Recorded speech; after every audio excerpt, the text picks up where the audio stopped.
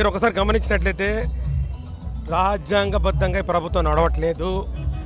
ఇది బాబాసాహెబ్ బిఆర్ అంబేద్కర్ రాసినటువంటి రాజ్యాంగం కాదు. ఇది వ్యక్తిగత స్వేచ్ఛ లేదు, వాక్ స్వాతంత్రం లేదు, భావ స్వేచ్ఛ లేదు.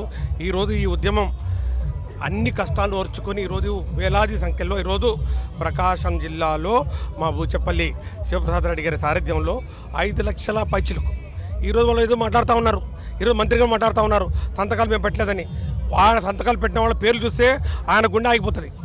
తెలుగుదేశం పార్టీ వాళ్ళు సంతకం పెట్టారు, బీజేపీ వాళ్ళు సంతకం పెట్టారు, జనసేన వాళ్ళు సంతకం పెట్టారు, కుల సంఘాల వాళ్ళు సంతకం పెట్టారు, విద్యార్థి సంఘాల వాళ్ళు సంతకం పెట్టారు. ఈరోజు చంద్రబాబు నాయుడు అంటా ఉన్నారు ఈ పీపీపీ ఈరోజు పార్లమెంటరీ బోర్డు ఓకే చేసిందని. పార్లమెంటరీ బోర్డు ఈరోజు చాలా స్పష్టంగా చెప్పింది. పార్లమెంటరీ కమిటీ పీపీపీల వరకు పోవాలనుకుంటే కేవలం పన్నుల రాయితీలు మాత్రమే ఇవ్వాలి, అంతేగాని అప్పనంగా ఇందాక చైర్మన్ గారు చెప్పినట్టు, అధ్యక్షుల వారు చెప్పినట్టు పప్పు బెల్లాల్లాగా ఈ 100,000 ఎకరాలు, ఈ 1,000 కోట్ల రూపాయలు సంపద సృష్టిస్తే జగన్మోహన్ రెడ్డి గారు దీన్ని వీళ్ళు అమ్మబోతున్నారు.